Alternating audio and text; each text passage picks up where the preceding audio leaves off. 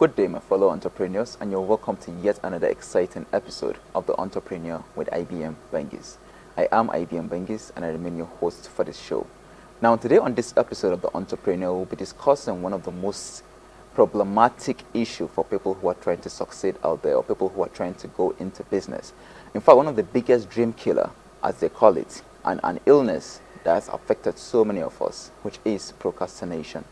Now, procrastination is the art or the action of pushing something into the future which you are supposed to do now and giving yourself a justification to why you did that. Because of procrastination, there will be books that will never be written. There will be movies we will never watch. There will be inventions we will never see. There will be poems we will never listen to, and so many other things out there that we will never get to see because those people who are supposed to have started them push them way into the future. Now, a lot of people constantly find themselves in this situation of trying to overcome procrastination. But I think for you to overcome it, you have to first of all understand it. Procrastination is basically a product of you yourself telling yourself that you are not good enough. You yourself not believing in yourself. You yourself telling yourself that the timing is not right or things are not being done right in the way they're supposed to do. So most of the times you end up pushing those things that you're supposed to do into the future as to doing them right now.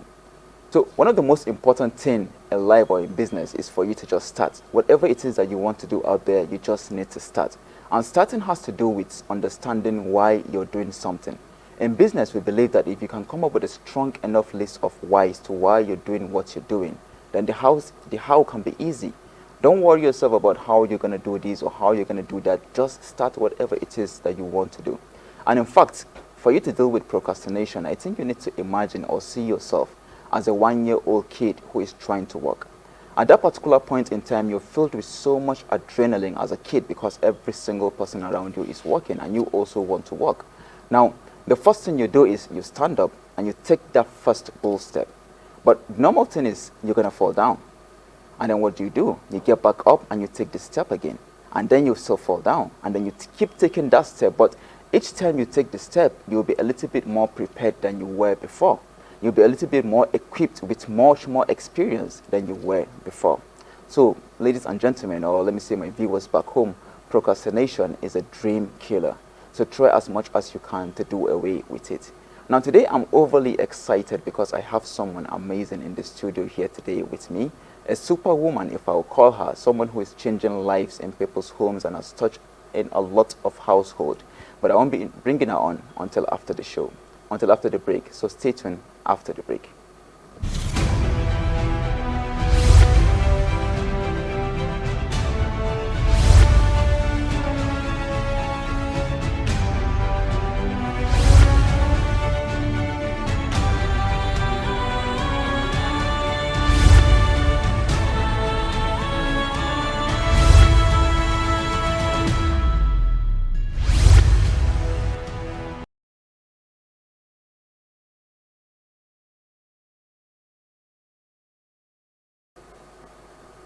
So you're welcome back from the break. And just before the break, I was discussing procrastination. I did mention that procrastination is a dream killer.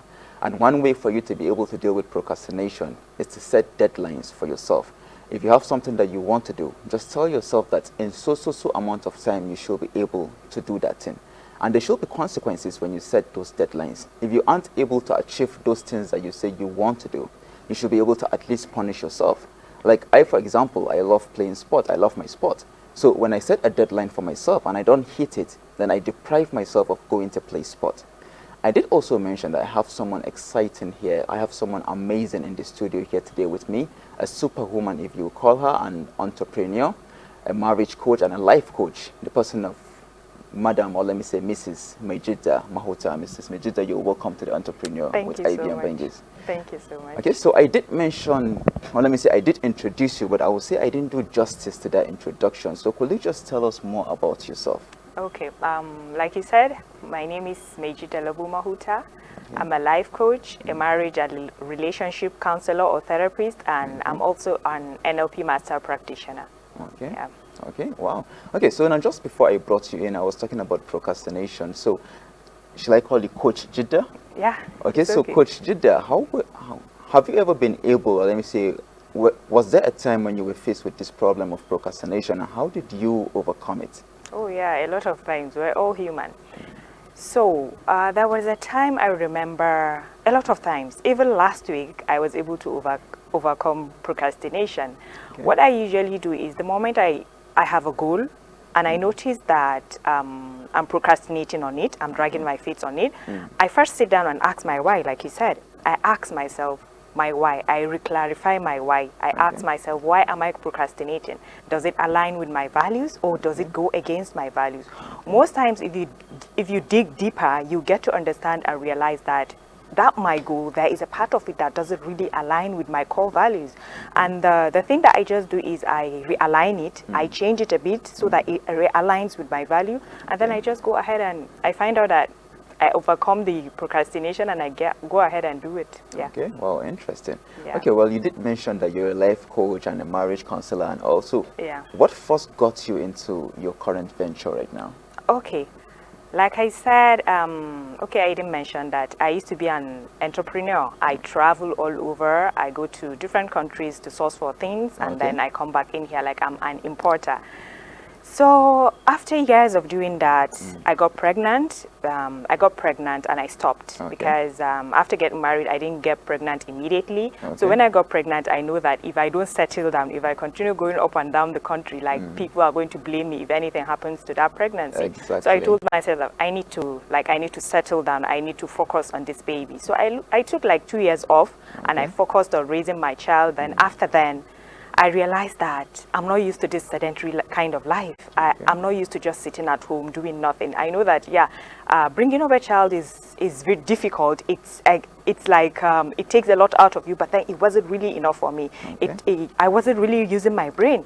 Then I started doing research on depression, because then I think I was even starting to getting into depression because like I don't have anything to do. Day in, day out, I sit at home. He wasn't in school then, so all I do is just sit at home, take care of him. He sleeps. I do this, I do that. Like I stopped reading. I stopped doing a lot of things. So I started researching what I was going through. I started getting deep into the things that I started getting deep into the research. I started attending like all these mini seminars that was online before it. Exactly. And I started understanding that this is something that I came across the word life coach, and I was like, oh wow. There is something. There are people who do this for a living. Then I started I get into the research. I started going on courses, and then here I am. Okay, wow, amazing. Well, actually, if you look at it now, we don't have a lot of life coaches, especially in this part of the country. Yes. So how is the reception so far? Are people accepting it, or are you facing challenges and issues trying to incorporate it into what people would normally call normal? Yes, at first there were a lot of challenges. People don't even know what that is. And the moment you call charges, people will be like, you charge for just giving advice? This is something that my grandmother can easily tell me. I was like, oh, wow, really? Your grandmother can do that? But then now, going deeper into it, like people are gradually accepting it. There are some people that would rather come to me than to go to all to bloggers out there to give out their stories without getting like the professional advices they need. So actually, the reception is much more better than before right now, because I think things are getting better. Yeah? Yes, things are getting better, because if I allow it, the moment I get up after my prayers, I would be answering or attending to people till late at night. Wow. Yes. Wow. People are really getting used to it now. Okay, so is your husband supportive about that? Because answering calls. Oh yeah, he is actually. But I stop work at 6 o'clock. I don't entertain anything at 6, and I start work at 10 o'clock. So from 6 to 10 o'clock the next morning, it's our family time actually. Yeah. Wow, amazing. Well, actually, if you look at it now, a venture like yours is very fulfilling because you're getting to change people's lives and all. But I'm sure it also has its own challenges and problems. Okay, so when it gets hard, what keeps you going? Well, when it gets difficult, I draw back. I literally draw back. I stop answering my phone. I just take a step back and I relax. I sleep. I watch movies. I read, because reading is healing for me. It's something that it's my escape actually. So I read. I spend time with my family. I try as much as I can, no matter how bad I want it. I don't answer people. I sleep a whole lot. I exercise. I eat, and then after a time, my body will literally tell me that I'm ready to get back into it. And yes, I go back. And then I have access to a lot of tools, NLP tools, that really, really do help me, yeah. So I do a lot of like breathing exercises, meditation, and a lot of things that will take you from the state that you are into another state entirely. Okay, yeah. NLP, you mentioned NLP. NLP, is it like something? It's actually neuro-linguistic programming. It's sort of a language of the brain and a sort of a different language. Okay, wow. Yeah. Okay, all right, that's good.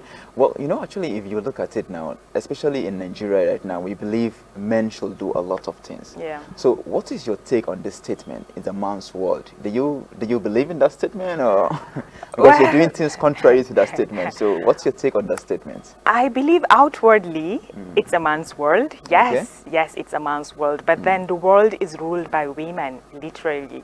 Okay. Yeah. I'll take that, but I I don't think I believe that. It is ruled by women. Yes. Okay.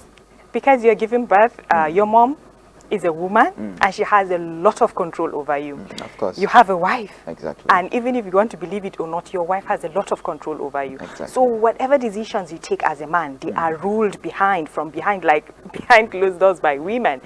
All of your decisions and most of the things that decisions that you arrive at, like at the end of the day, we have a lot to do with that. Exactly. Yeah. Exactly. Well, actually, if you look at it, to be honest with you, I do believe, I do agree with you that women are doing a lot. In fact, I do celebrate all the women out there who are striving and trying to achieve different things in life. But then I don't think I would take in the world is being run by women and stuff. Okay, so now let's talk about your achievement, Coach Jidda. Now, till date, what are some of your biggest achievements you've had? My since biggest inception of this biggest venture? achievement is making the decision to open my Instagram page, Okay. which actually helps people each and every second of the day, whether I'm sleeping, whether I'm awake, whether I traveled, whether I do log on. There are people that literally depend on that page to survive, like mentally, emotionally, psychologically. Exactly. If I don't make a post, if I don't make a video, like they push me. They keep Jidda, what is demanding wrong? for it, right? Yes, what is wrong? Are you there? You didn't post today. You didn't do anything. We need that video. We need this. We need that. And another achievement is the fact that I have been able to do a lot in terms of the marriage as an institution. I have been able to actually help save a lot of marriages. I've been able to actually help bring peace to a lot of people, which actually is very fulfilling, right? Yes, it is. Okay. It is. Well, interesting. Actually, I think I've come across your Instagram page, about 15,000 followers and growing, right? Yeah. Wow, interesting. Okay, so, well, you know, given your venture, you know, the fact that you're taking in so much problems, I think when you're absorbing people's problems, in time, you yourself will get to be in a particular problem. Yeah, overwhelmed. Okay, so, like, was there ever a time that you wanted to give up, and then what stopped you from giving up? No, there was never a time. I can never ever see myself not doing what I'm doing right now. Like I can see myself growing old doing what I do. Like I told you, NLP, as I said, not a lot of people know about it, but they are basically the tools that I use for therapy and the other kind of things to help a person from where they are right now to where they want to be. So whenever I get overwhelmed, I have those tools that will transport me from a state of being overwhelmed to a state of being like gingered and everything. So really, yeah, I'm not going to deny that I get overwhelmed. I'm not going to deny that there are a lot of trials that come my way while on this job that I am doing. But then there was never a day that I wake up and say, no, I'm tired. No. There was never a day. Yeah. And you know, you keep mentioning this NLP and you have some tools. So are they like physical tools or? No, they're not. Actually, they're just like mental tools. They're just like, to see it is to believe it, but they perform magic, a whole lot of magic actually. That they work? Yes, they work. 100%. Oh, interesting. Well, let's say 99. Okay, no problem. I think I'll try and check them out. Yes, please. Okay, so, you know, actually, if you look at it, I think in this part of the country, one of the major problems for women out there, especially married women, is looking for something else to do outside of their marriage. In fact, marriage gets so challenging, or let me say, so time-consuming that they don't even have time to do other things out there. Yeah. And some other times also, you know, it could just be that, okay, it's not the timing aspect. It's just the thought of what will people say if I'm doing this? What will people say if I'm doing that? So what advice will you give to women out there who are trying to start out something, or let me say a business venture or whatever it is, but they keep stopping themselves because of the thought of what are people going to say about this or about that? One fact remains, and the thing that I always tell myself, the thing I always tell my clients is that people will talk no matter what you do. Exactly, no matter what you do. No matter what you do. If you do good or do bad, people will Exactly. still talk. As long as what you want to do is ecological. What I meant by ecological is that it doesn't affect any other person. It doesn't affect you negatively. It doesn't go against your religion or tradition, culture, or whatever you believe in. Then definitely just go ahead and do it. Close your eyes and just go ahead and do it. At the beginning, the people are going to like push away from it because it's something new, or it's they are not used to seeing you do it. Then definitely they would rebel against it. But gradually as time goes on, as you keep pushing, you get to understand that it's a good thing, and then people would want to come towards you. Exactly. People would want to learn how you started. Exactly. Like most times if I want to make my videos, there are some topics that go against maybe our culture or really not really religion, you know, culture and tradition. Yes, and then I'll be like, should I say this, should I say that? But then I tell myself, if I say this thing, how many people is it going to help? If I say this thing, what am I scared of? What is that? What is the, like, am I going against my religion? Is this going to help our society? Is it going to help our people? If all these things I ticked it right, then I just close my eyes and I go ahead and I do it and I feel better, and a lot of people like accept it. Okay, wow, wow, interesting. Okay, now you mentioned you make your videos. So how do you come up with topics of your videos? Do you have to sit down and maybe crack your head and come up with topics, or do you just look at what is happening around us, or do you just come up with topics anyhow? Oh yeah, that is a good one, and I didn't realize that it was a gift that I was given. Okay. Because these things come easy to me. There are times that my brain just like it just comes like from my subconscious mind, and a topic will just come and be like, okay, talk about this. And then a lot of the other topics, they come from the people that I talk with.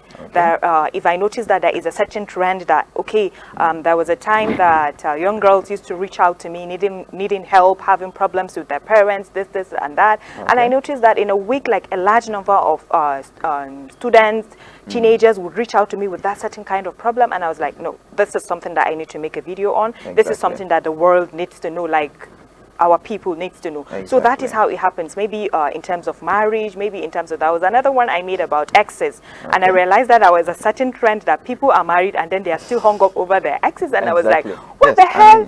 I actually came across that on Instagram, yeah? Yes, exactly. yes. It was a trend that I noticed that it was something that the people who reach out to me would be like, okay, I'm married, but I think that I should have married my ex, this and that. I said, okay, why didn't you marry him? They'll be like, okay, he wasn't financially suitable, my parents, my this and that, but I feel that if I had married him, all these problems wouldn't be having them. And I was like, why do you think that?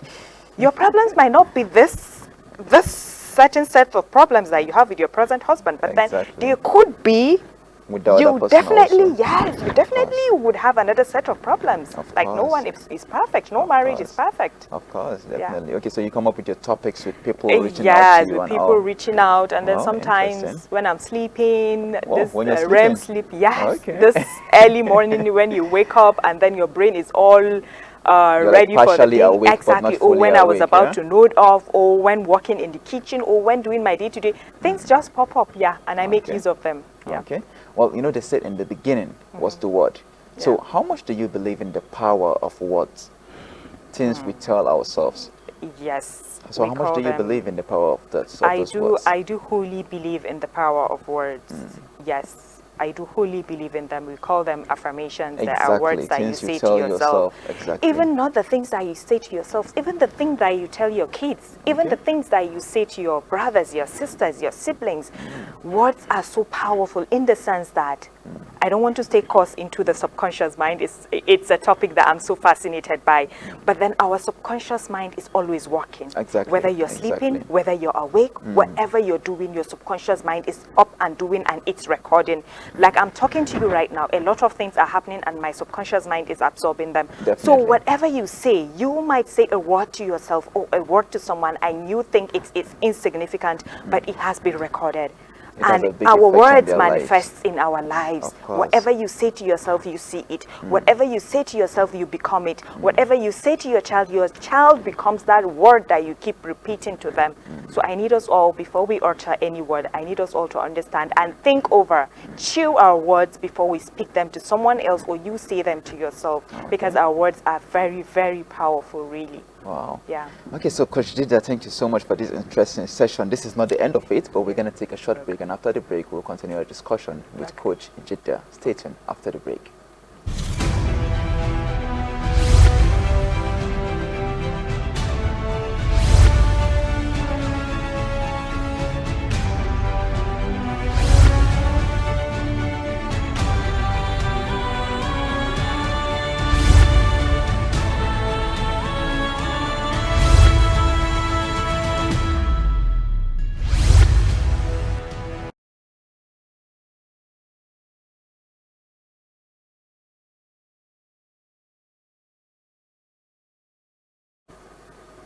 All right, so you're welcome back from the break, and just before the break now, we were discussing about a lot of things with Coach Jidda.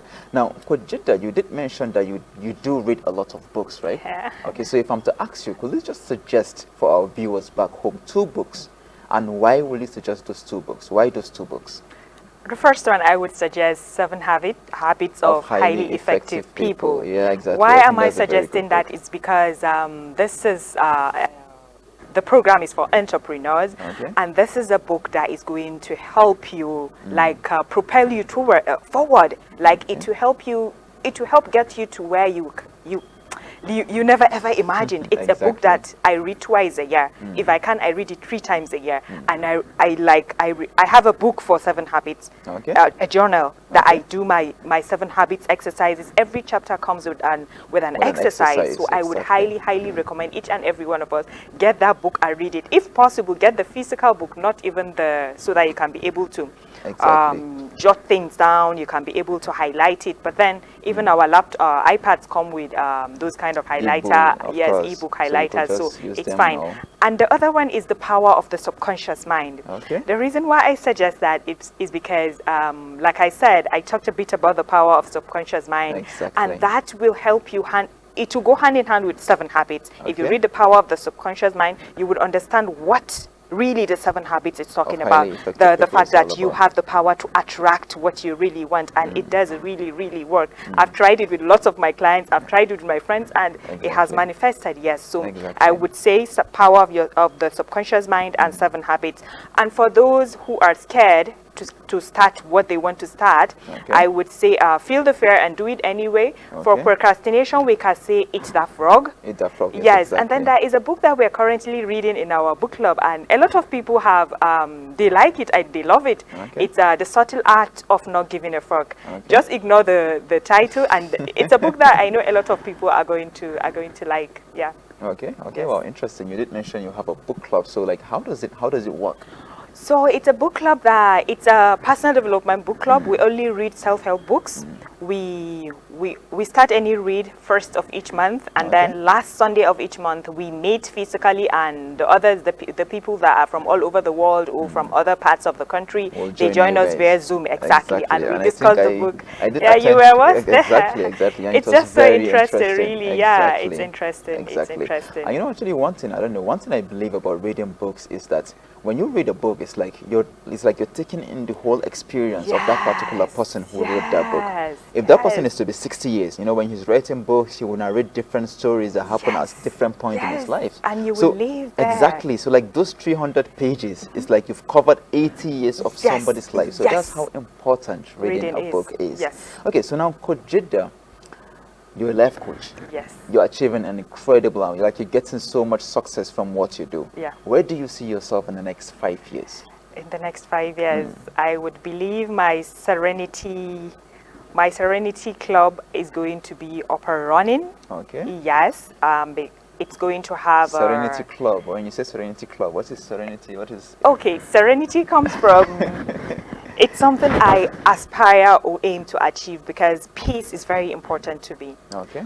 Peace is at the center of my core values. It is important to me. Anything that doesn't give me peace, and I believe that if each and every person do not have that peace, that serenity deep within them, they won't be able to work at full capacity. They won't be able to give their all. So the Serenity Hub is going to be somewhere that it's a place that is going to have like different kinds of things. There will be therapy there. There would be a large library there. There would be places where people would, like teenagers would go hang out there in trying to escape the war, this confusing world. There would be marriage counseling there. There would be a lot of things that you do there. There would be cafes there, and the list is endless actually. But I believe that by then the hub is going to be up and running. Okay. Yes. Wow, interesting. I actually am looking forward to it. Okay, so now, Coach Jidda, if you look at it, I'm sure. Now, you said at first you had to sit down and come up with, let me say, I don't know, look for something that you will do to incorporate into your marriage life, right? And then you came up with this life coach of a thing and all. And I'm sure also there are a lot of viewers back home who maybe might want to go into life coaching or other things out there. Now, what advice will you have for young girls or women who are back home and will want to start something like that? Yeah. I would first say that check if it aligns with your values. Okay. You have to. The reason why I hung on and I'm doing what I'm doing is because helping people comes #1 for me. You love what you do. Yes, I love what I do. That's key to yes, you have to love what you do. It has to align with your life. It has to align with a lot of things. You have to, if you want to be a life coach, you have to have that zeal. You have to have that burning passion, and you have to believe that it's your purpose before you embark on this. And I want us all to believe that whatever you want to do, whatever your goals are, whatever your dreams are, they are valid and you can achieve them. Okay. I want us to let that sink into our subconscious mind that yes, you can do it. Yes, you can achieve whatever you want to achieve. And the best thing for you to do is to start now, here and now, right now. Exactly. And you know, talking about starting now, I think they said the best time to plant a tree was like 20 years ago. Exactly. So the second best time to plant that tree is right now. So whatever you want to do, try as much as you can to do away with procrastination. Now, because of time, we'll have to call this a day, but it's been amazing having you on this show, Coach Jidda. Now, don't forget, you can reach her out on all her social media platforms. What is your handle? Coach Jidda. Coach Jidda.